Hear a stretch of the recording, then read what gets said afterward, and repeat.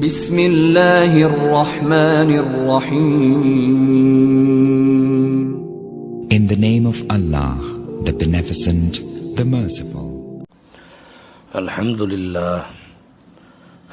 لله رب العالمين والصلاة والسلام على سيد الأنبياء والمرسلين وعلى آله وأصحابه أجمعين، أما بعد، فقد قال الله تبارك وتعالى في القرآن المجيد والفرقان الحميد: أعوذ بالله من الشيطان الرجيم، بسم الله الرحمن الرحيم. يا أيها الذين آمنوا كتب عليكم الصيام كما كتب على الذين من قبلكم لعلكم تتقون.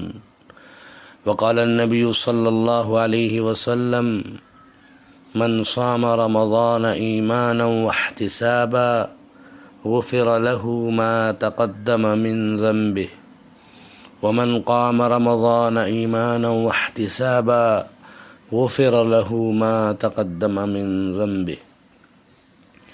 صدق الله العظيم وصدق رسوله النبي الكريم، ونحن على ذلك من الشاهدين والشاكرين. محترم حضرات، رمضان کا بابرکت مہینہ شروع ہونے والا ہے. اس مہینے کی بے شمار فضیلتیں حدیث کی کتابوں میں موجود ہیں. حضرت ابو ہریرہ رضی اللہ تعالیٰ عنہ سے منقول ہے، رسول کریم صلی اللہ علیہ وسلم نے فرمایا: من صام رمضان ایمانا واحتسابا غفر له ما تقدم من ذنبه. جو شخص رمضان کے مہینے میں ایمان اور احتساب کے ساتھ روزہ رکھے گا، اس کے گزشتہ گناہ معاف ہو جائیں گے. ومن قام رمضان ایمانا واحتسابا غفر له ما تقدم من ذنبه. اور جو شخص ایمان و احتساب کے ساتھ رمضان کے مہینے میں شب باشی کرے گا، رات میں قیام کرے گا، عبادت کرے گا، اس کے گزشتہ گناہ معاف ہو جائیں گے. نبی اکرم صلی اللہ علیہ وسلم نے روزہ رکھنے اور قیام اللیل کرنے پر گزشتہ گناہوں کی معافی کی خوشخبری سنائی ہے، لیکن ساتھ میں دو باتوں کی شرط بھی لگائی ہے.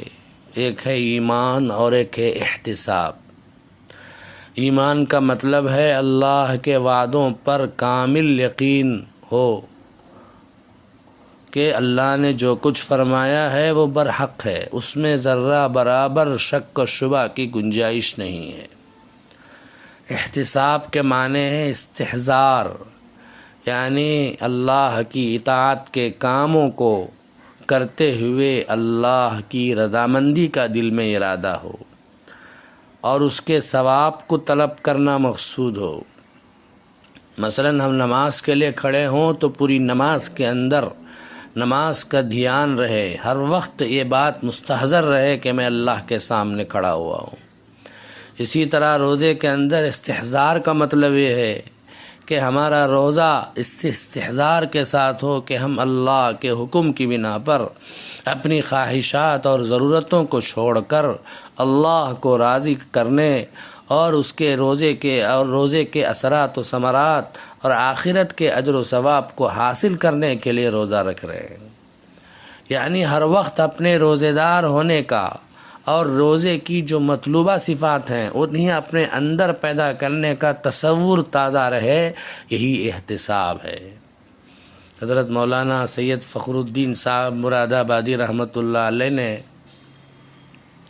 اس مضمون کو بڑی وضاحت کے ساتھ بیان فرمایا کہ پچھلے گناہوں کے معاف ہونے کی جو بات رمضان کے روزے اور قیام کے حوالے سے ذکر کی گئی ہے، نماز جنازہ میں شرکت کرنے والے کے لیے بھی یہی اجر و ثواب بیان کیا گیا.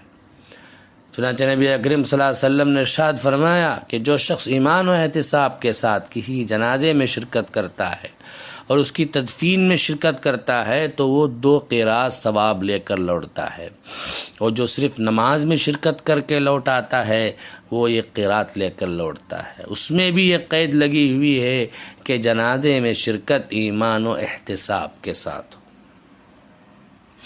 اس کے بعد حضرت مولانا فخر الدین صاحب رحمۃ اللہ علیہ نے مثال دے کر فرمایا کہ جب کسی جنازے میں جانے والے سے پوچھتے ہیں کہ آپ کیوں جنازے میں جا رہے ہیں، تو اس کا جواب یہ ہوتا ہے، کوئی کہتا ہے کہ رشتہ داری نبھانے کے لیے آیا ہوں، کوئی کہتا ہے کہ پڑوس میں رہتے تھے اس لیے آیا ہوں۔ تو ہر ایک کوئی نہ کوئی دنیاوی اسباب ذکر کرتا ہے، یعنی جنازے میں شرکت کی جو چیز محرک بنی ہوئی ہے وہ یا تو رشتہ داری ہے یا پڑوسی ہونا ہے یا کوئی اور تعلق ہے۔ ان میں شاید ہی کوئی کہے گا کہ اللہ کو راضی کرنے کے لیے اور 2 قیراط ثواب پانے کے لیے میں شریک ہوا ہوں۔ عموماً خیال یہ ہوتا ہے کہ میں جنازے میں شریک اس لیے ہو رہا ہوں کہ یہ میرے رشتہ دار ہے اس لیے مجھے جنازے میں آنا چاہیے، یہ پڑوسی ہے اس لیے مجھے تدفین میں شرکت کرنی چاہیے، یہ خیال کہ میں جنازے میں اس لیے شرکت کر رہا ہوں کہ اس پر رسول کریم صلی اللہ علیہ وسلم نے 2 قیراط اجر کا ذکر فرمایا ہے۔ تو بزرگوں، یہ ہے احتساب۔ اس کیفیت کے ساتھ جو آدمی شریک ہوگا اسی کو ثواب ملے گا۔ یہی احتساب ہر عمل میں ہونا چاہیے، روزہ رکھنے میں، تلاوت کرنے میں، رات کی عبادت کرنے میں۔ اسی روایت میں یہ بھی ہے کہ جو شخص شب قدر میں جاگتا ہے، عبادت کرتا ہے ایمان و احتساب کے ساتھ، یعنی اللہ کے وعدوں پر یقین کرتے ہوئے، اللہ جل شانہ نے اپنی کتاب میں شب قدر کے سلسلے میں جو فضائل بیان فرمائے ہیں، لیلۃ القدر خیر من الف شہر، شب قدر 1000 مہینوں سے بہتر ہے، بلا شبہ وہ برحق ہے۔ اگر اس رات کی عبادت مجھے نصیب ہوگی تو مجھے 1000 مہینوں کی عبادت کا ثواب ملے گا۔ پھر اللہ کے وعدے پر یقین رکھتے ہوئے یہ نیت کرے کہ اللہ کو راضی کرنے کے لیے، اس کے حکم کو پورا کرنے کے لیے میں عبادت کر رہا ہوں، تو انشاءاللہ اس کے پچھلے سارے گناہ معاف کر دیے جائیں گے۔ روزہ ہو، تراویح ہو، رات کی عبادت ہو، ان سب کے اندر ان جذبات کا استحضار ضروری ہے۔ جب یہ خیال رہے گا کہ میں روزہ رکھ رہا ہوں اللہ کو راضی کرنے کے لیے، تو زبان کی بھی حفاظت کرے گا، کان کی بھی حفاظت کرے گا، آنکھ کی بھی حفاظت کرے گا، دل و دماغ کی بھی حفاظت کرے گا، دوسروں کے بارے میں بدگمانی، بدظنی اور حسد وغیرہ جن صفات سے ہمیں منع کیا گیا ہے ان کو بھی اپنے دل میں آنے نہیں دے گا۔ بزرگوں، ہمارے دل کی صفائی کے لیے، ہمیں پاک کرنے کے لیے، ہمارے دل کی گندگی کو دور کرنے کے لیے، ہمیں متقی اور پرہیزگار بنانے کے لیے روزہ فرض کیا گیا ہے، جیسا کہ خود قرآن پاک میں ارشاد فرمایا گیا، یا ایھا الذین آمنوا کتب علیکم الصیام کما کتب علی الذین من قبلکم لعلکم تتقون، اے ایمان والو تم پر روزے فرض کیے گئے جس طرح تم سے اگلے لوگوں پر فرض کیے گئے تھے تاکہ تمہارے اندر تقوی پیدا ہو۔ اللہ تعالیٰ آنے والے رمضان کے مہینے میں ہمیں ایمان و احتساب کے ساتھ روزہ رکھنے کی توفیق عطا فرمائے۔